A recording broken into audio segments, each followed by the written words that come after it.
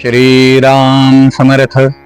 श्री गणेशाला, शारदेला, समर्थ सद्गुरूंना, सूतांना, सनकादिकांना, शुकाचार्यांना वंदन करून क्षणभर नामस्मरण करू.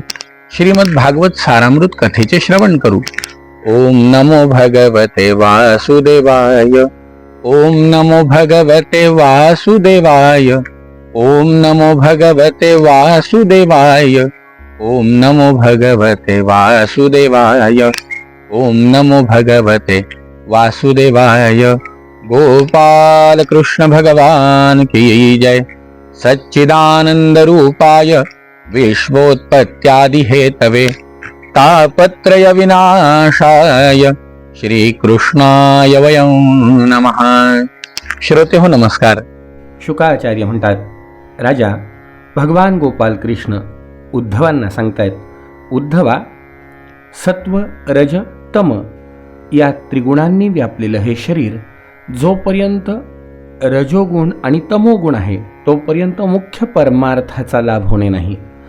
जोपर्यंत सत्वगुण विकसित होत नाही तोपर्यंत परमार्थाचा लाभ होणे शक्य नाही. का? कारण जोपर्यंत रजोगुण आणि तमोगुण डोकवत राहतात, जसं यथामयो साधु चिकित्सितो नृणान् पुनः पुनः संतु दती प्ररोहन् एवं मनोपक्वकषाय कर्म कुयोगिनं विद्धति सर्वसंगम. जोपर्यंत रोगाचं योग्य निदान झालं नाही तोपर्यंत रोग पुन्हा पुन्हा डोके वर काढून माणसाला त्रास देतो.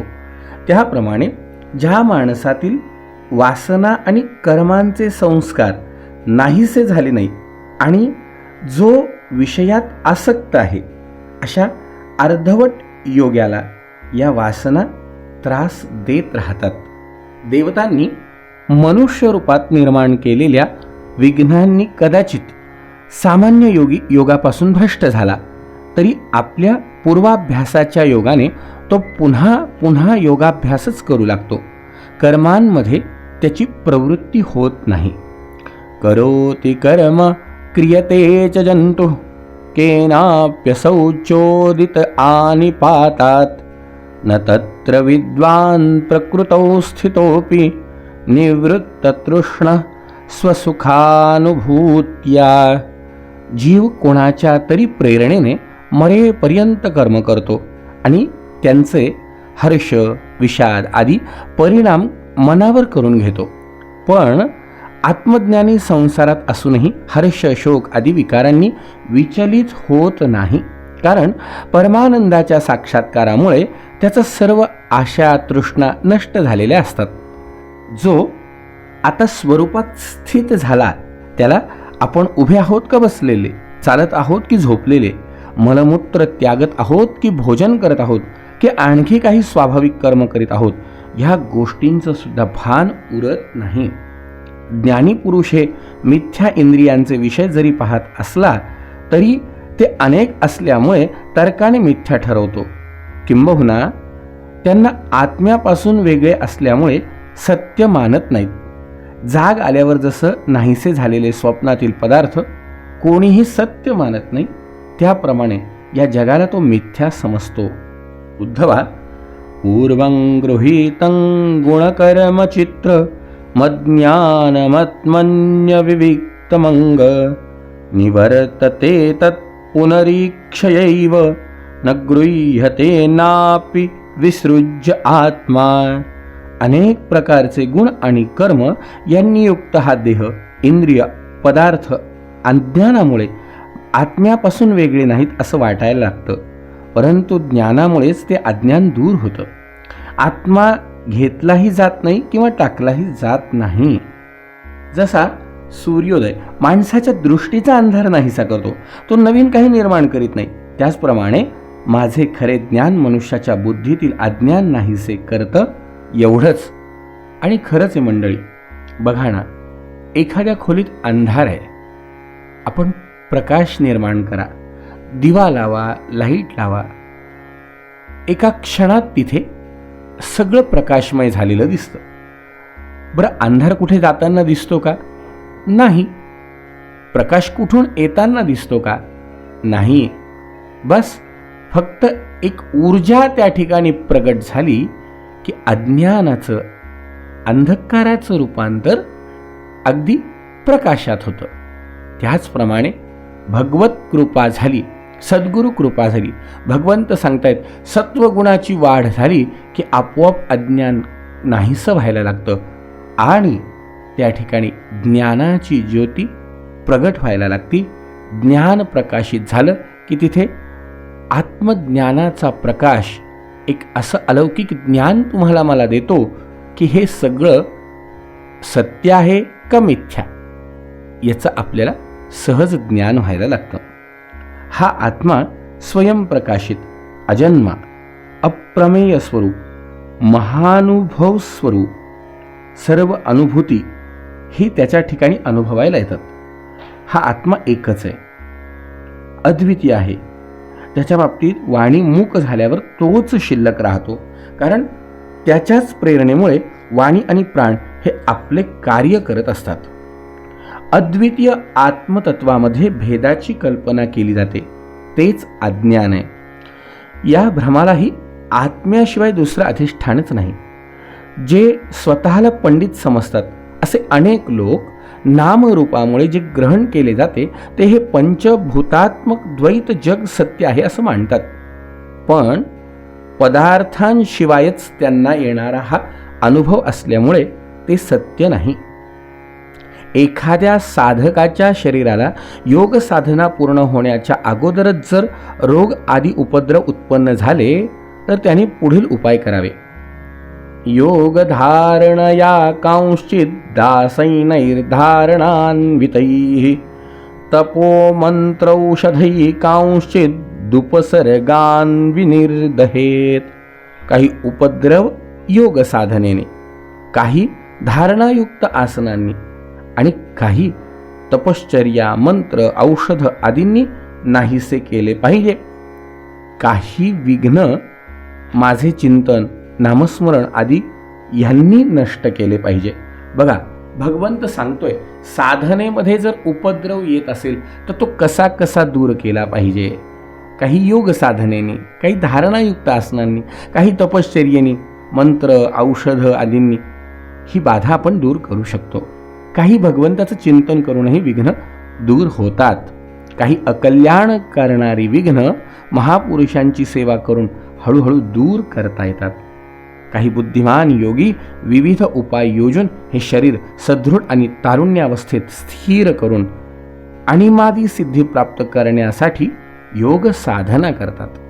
परंतु शहाणे लोक या विचाराला मान्यता देत नाही, कारण तो एक निरर्थक प्रयत्न आहे.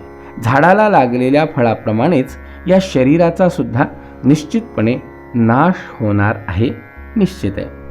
अखंड योग साधना करीत राहिल्याने शरीर जरी सुदृढ झालं तरी सुद्धा बुद्धिमान पुरुषांनी साधना करण्याचं थांबवून त्यातच संतुष्ट राहता कामा नये. एखादी अवस्था प्राप्त साधकाला झाली तर ती अवस्था हा त्याचा शेवट आहे असं नाही, तर त्याही पुढे भगवत प्राप्तीपर्यंत, भगवत स्वरूप होण्यापर्यंतची साधना त्यांनी सुरू ठेवली पाहिजे. शुकाचार्य म्हणतात, राजा, अखंड योग साधना करीत राहिल्याने शरीर जरी दृढ झालं तरी सुद्धा बुद्धिमान पुरुषांनी साधना करण्याचं थांबवून त्यात संतुष्ट न राहता माझ्या प्राप्तीसाठी नेहमीच प्रयत्नशील राहिलं पाहिजे. जो योगी माझा आश्रय घेऊन या योग साधनेमध्येच निमग्न राहतो त्याला कोणतेही विघ्न डळमळीत करू शकत नाही.